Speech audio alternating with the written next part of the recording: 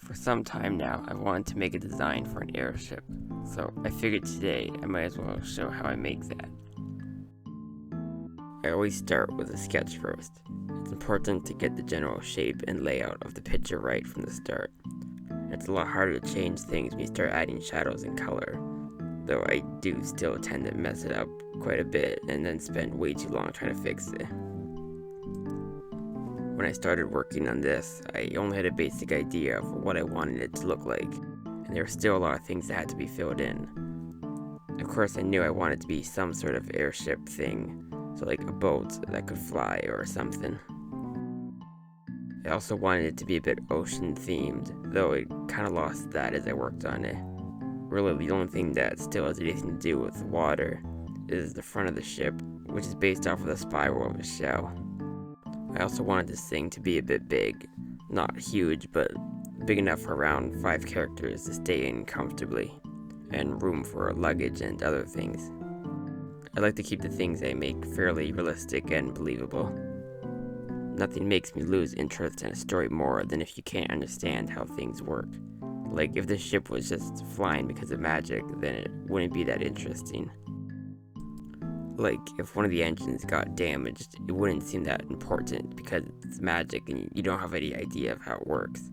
But if the way it's flying is just because of engines and sails and one of the engines gets damaged, then you have a better understanding of how much trouble the ship's in. Also, you might notice I tend to mirror the image a lot. This makes it easier to notice any problems with it. Like if something's a bit misshapen or something, you can really tell by mirroring it. When I used to draw on paper or canvas, I felt like I was always drawing things a bit wrong, like a bit misshapen or something. And so having the ability to just mirror it on digital art is really helpful. I think if I tried to work with paper again, I'd have to bring like a mirror or something. And I don't know how well that would work. Now I'm working on another angle of the ship. When making concept art for anything, it's always a good idea to draw it from multiple angles, especially if you're going to be making it in Blender. I'm actually not entirely sure what I'm going to use this for, but it's always good to have it on hand. Alright, and now it's time for the color.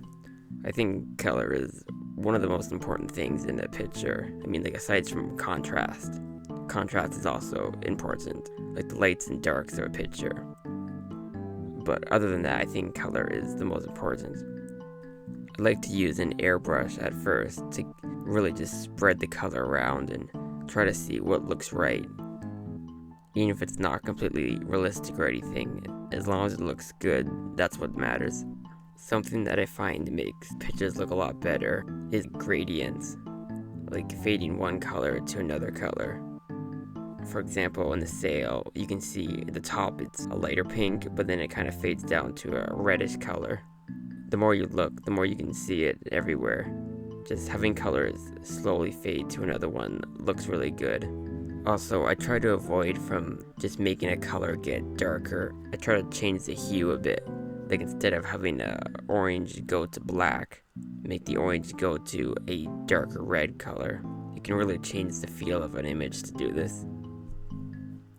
At this point, I'm kind of just going through and adding a bit more detail to things, like making things look more reflective or making shadows darker. I find this part usually takes the longest. You can also really see how if the whole shape of the ship was wrong from the start, it'd be pretty hard to change it at this point.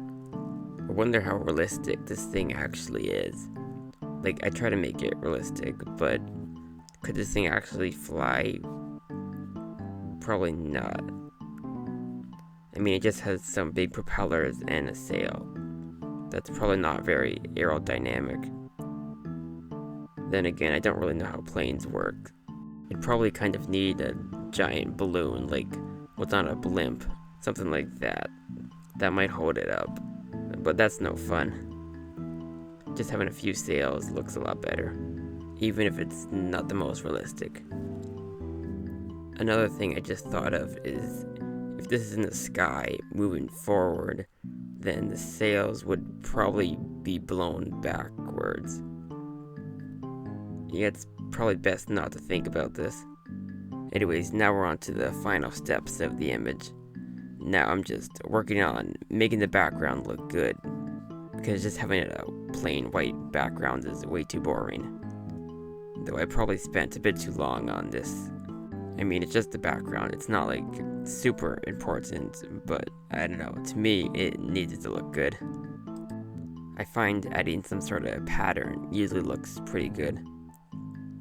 And then using colors that are similar to the image, but maybe more faded or lighter or something works well. I then usually add an overlay layer, which really makes things pop a bit. I'm not entirely sure how an overlay layer works, but it makes things look good, so I'm not going to question it.